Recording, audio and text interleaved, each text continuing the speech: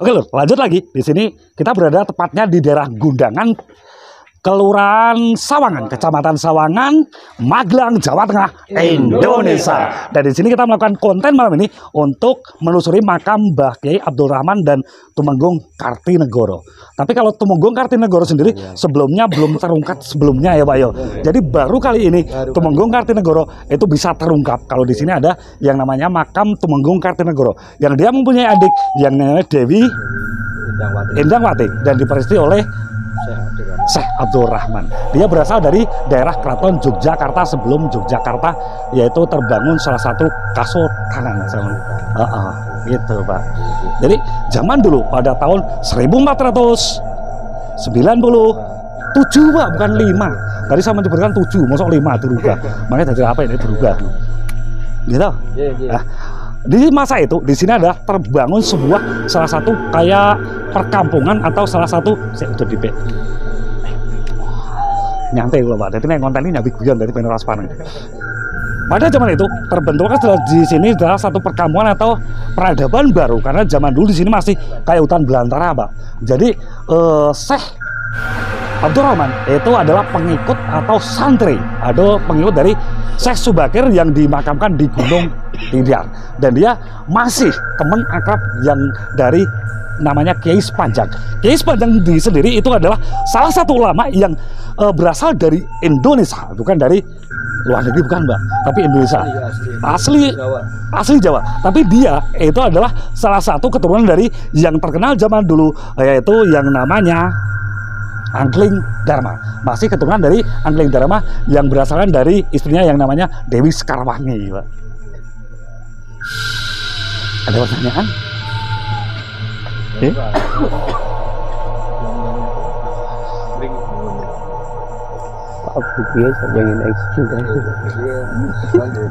Sebelumnya sudah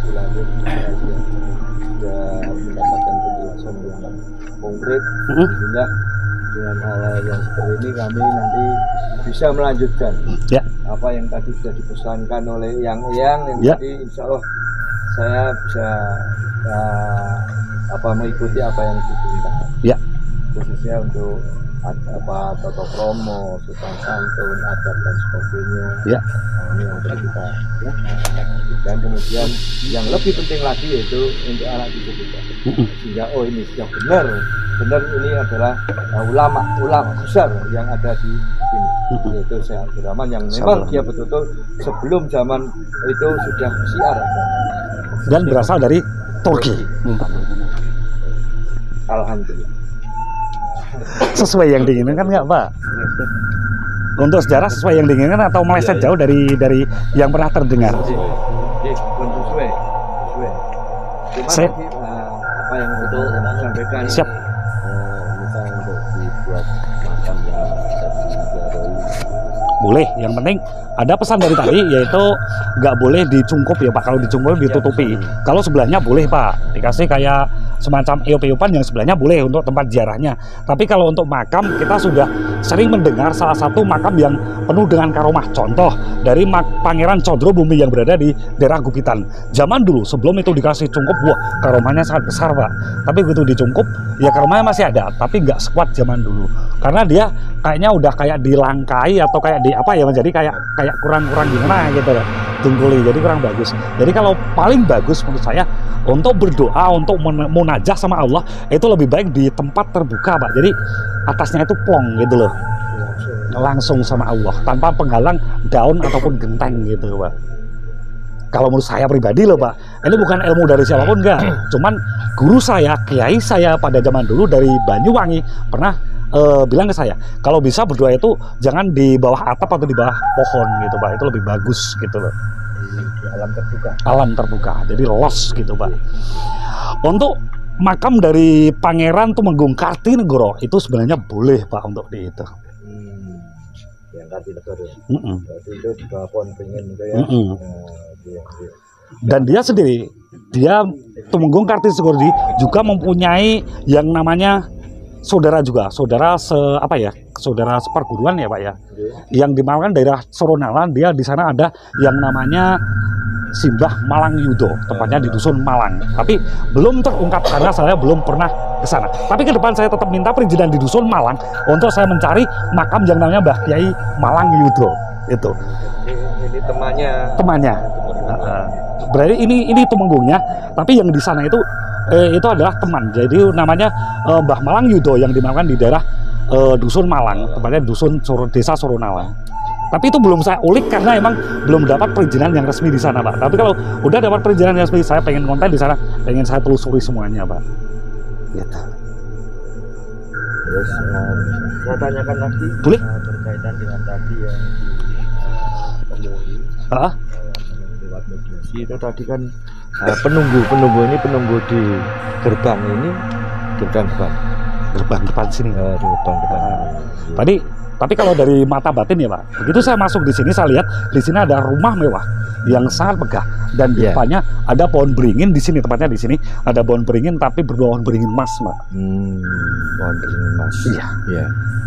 Tadi udah diceritain juga sama itu tuh, sama mediumisasi itu. Iya. Diceritain kalau dia di sini ada pohon beringin emas. Gitu. Terus untuk apa ini kebetulan ceritanya ada kunjungan makanan dari kalangan China. Maaf Pak, itu saya nggak berani ungkap karena menimbulkan kontroversi ke depannya. Nanti kalau udah dikeluar konten saya akan cerita semuanya. Saya nggak berani cerita dengan dia. Jadi emang salah satu kadang ada rahasia yang saya jelasin di luar konten Pak, di luar syuting saya berani cerita. Tapi kalau masih di seperti ini saya nggak ceritakan sesuatu yang negatif, nggak saya ceritakan Pak. Soalnya di sini ada suatu ada salah satu emang salah sini di sini zaman dulu ada seorang yang amit sewu ya Pak ya, bunuh diri ada Pak di sini. Di makam orang yang bunuh diri di sini zaman dulu seorang perempuan ada Pak di sini di makaman, dia ada salah satu sering ganggu karena dia dimakan di sini karena dia bunuh diri karena zaman dulu diperkosa Pak, zaman dulu. Tapi saya nggak akan sebutin dia namanya siapa, dari teras siapa saya nggak nyebutin, itu privasi Pak. Jadi yang sering mengganggu di sini adalah sosok perempuan itu, yaitu yang zaman dulu pernah matinya bunuh diri karena diperkosa. Dan cantiknya. Wah banget, pomo kelihatan pun saya nah gitu. Saya nggak ungkapin apanya loh, cuma entok loh Pak.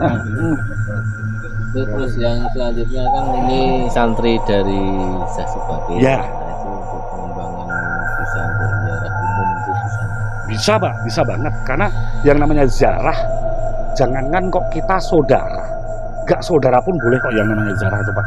Dimanapun boleh. Contoh, kita ziarah ke Banten, contoh ya Pak ya. Di sana ada makam karomah, makam wali. Emang kita perlu saudara kan nggak juga?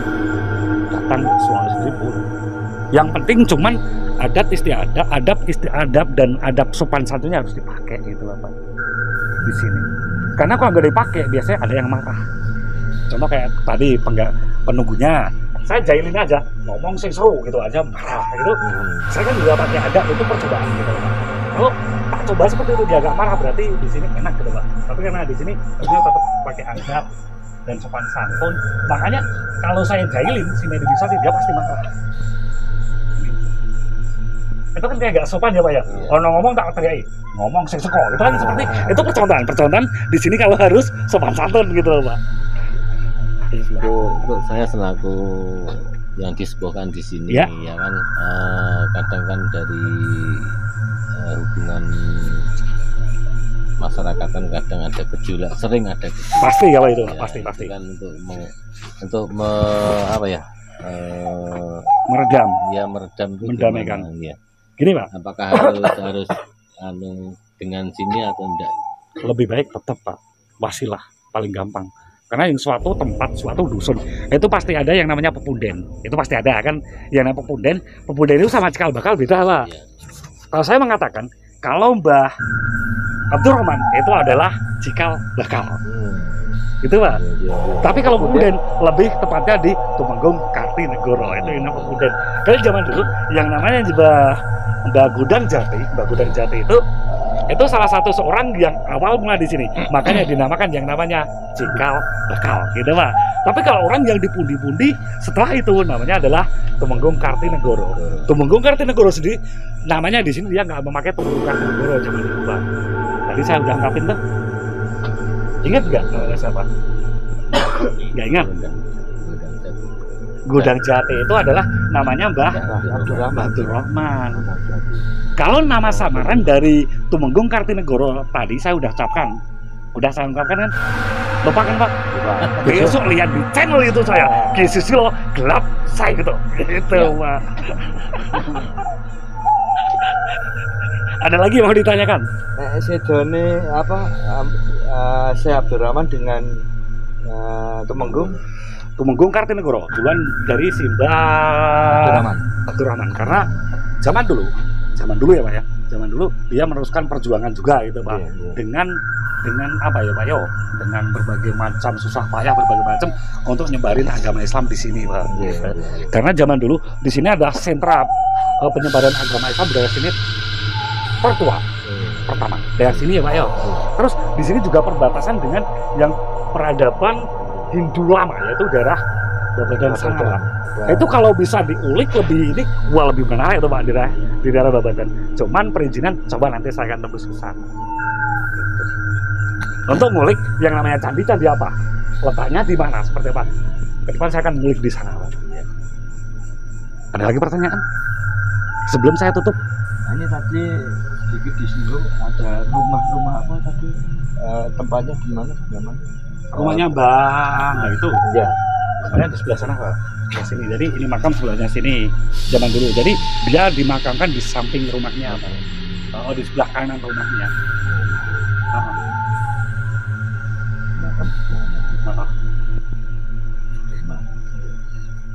Yang itu mungkin cukup. Dari warga. Ada yang mau tanya? Dulur, atau teman? Monggo. Ada yang mau tanya?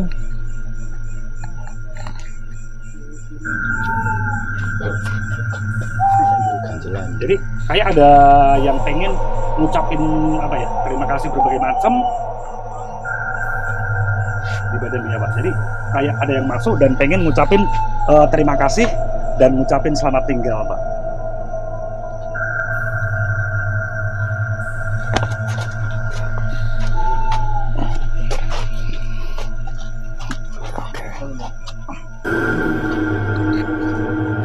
Assalamualaikum. Assalamualaikum.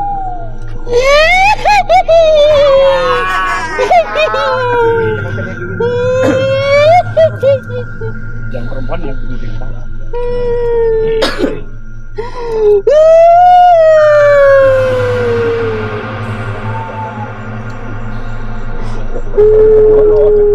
Ditanya Pak. Yang bunuh diri. Sinten Pak?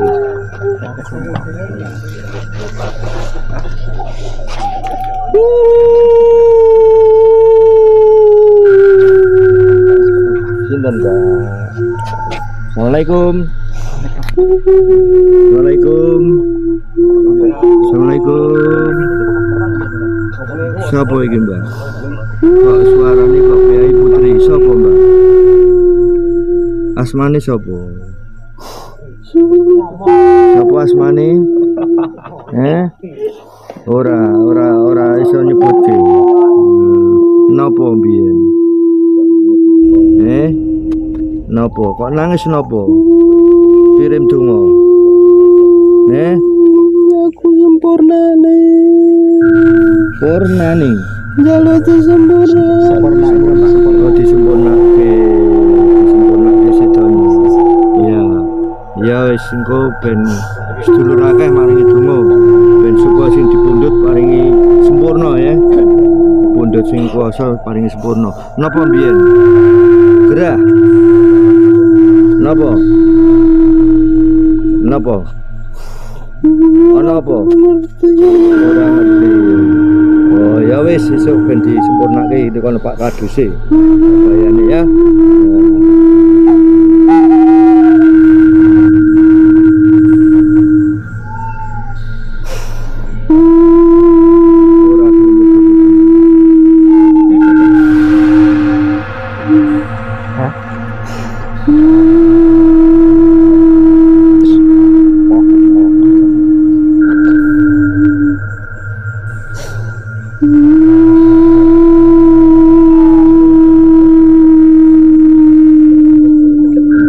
Pemakaman Mbah Kartinegoro, Tumenggung Kartinegoro zaman dulu, sekitaran tahun 1497. Itu adalah di sini adalah hidup seorang yang namanya Mbah Tumenggung Kartinegoro, yaitu di tahun 1497.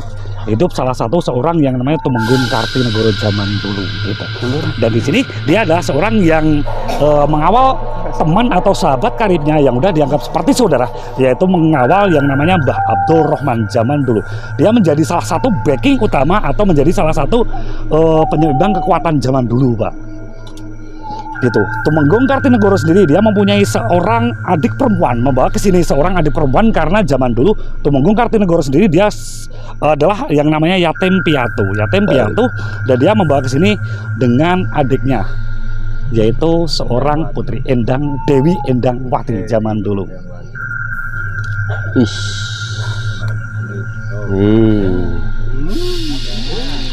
Jadi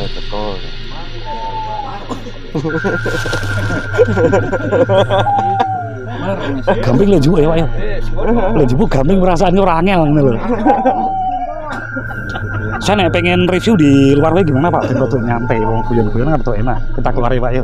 Nanti mau tanya-tanya lebih detail kita di luar wae gimana di depan itu. Ya. Pas di pintu gerbang yang di sana sebenarnya kalau itu ada kayak pintu goib di sini karena zaman dulu di sini adalah rumahnya dari Mbah Gondang Jati zaman dulu Pak. Jadi maka di sini sampai sekarang masih ada yang orang kesasar di sini masih kayak terlihat rumah dari segi goib.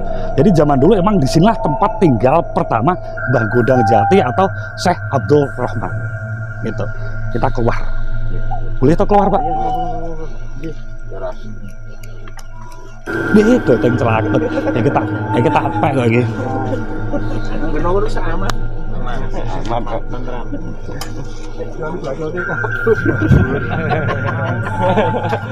Sing pengen Semar jiko nang blangkonku. Mboten wantun. Mboten wantun. Jalan.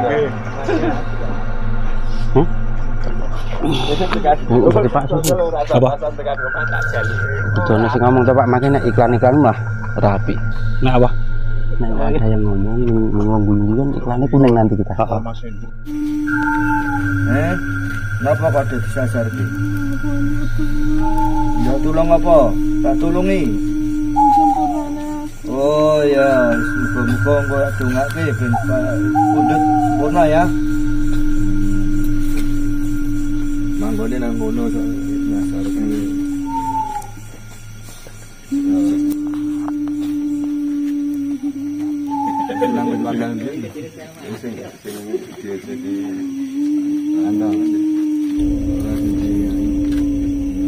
Gimana Pak? Udah clear? Ngomongnya udah. Ini mboten sempurna iki.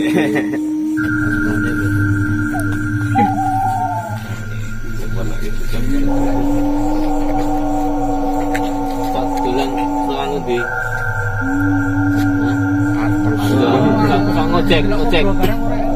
Ngojek ora. Oh, ngojek. Kalau kan nom-nom wes sesuk do ngojek kae bener.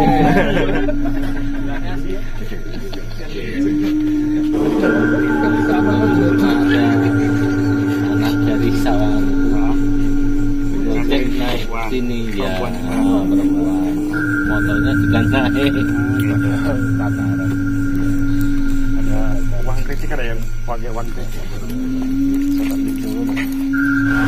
Tapi ini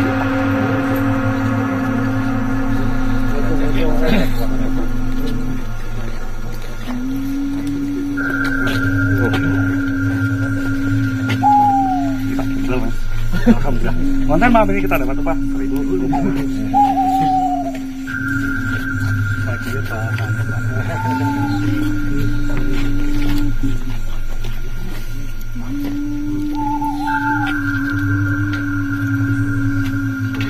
Nah, ini Pak.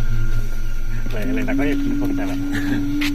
Baik, malam ini dengan kan ada penawaran di sini, intinya jangan pengen minta tolong, ya kan? Minta tolong, dan minta tolongnya mau apa? Sempurna tapi sehabis itu, jangan setelah saya sempurnakan, jangan nggak boleh ganggu orang lihat lagi ya, lewat lagi ya. Jangan sering ngojek-ngojekan, nggak usah. Ojek zaman sekarang mahal. Kalau zaman dulu jenengan murah, tapi sekarang mahal. Nggak usah ngojek daripada jenengan nggak bisa bayar gitu. Gitu. Jenengan masuk ke sini nanti tak sempurna. Oke. Mau nggak? Mau. Ya. Padahal di sini, Pak. Sugesti jenengan, sugesti benar. Di sini adalah rumah yang sangat indah, rumah yang sangat cantik, rumah yang sangat menawan. Di sini, coba lihat terus. Lihat terus, lihat terus, lihat terus. Dan di sini adalah rumah yang sangat indah, sangat menawan dan sangat cantik. Udah kelihatan? Udah kelihatan belum? Coba ditatap dulu. Kalau udah kelihatan, anggukan kepala. Udah kelihatan, ya. Kalau udah kelihatan gini, coba jenengan masuk ke sini. Nanti jenengan selamanya di sini dan jenengan aman di sini. Gak bakal kemana-mana lagi. Jenengan di sini nikmat nih. Ya, mau? Ya. Saya kasih Bapak 1 sampai 3. Jenengan masuk ke sini. 1. 2.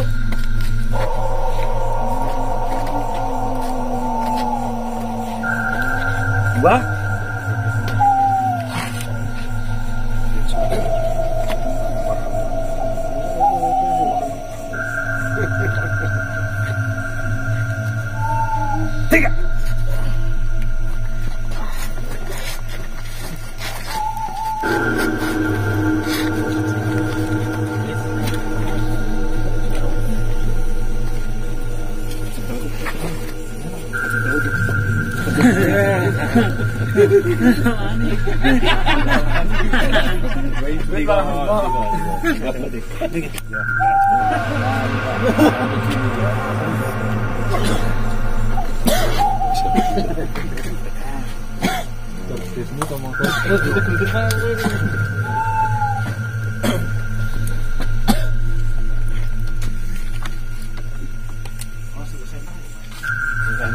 Center.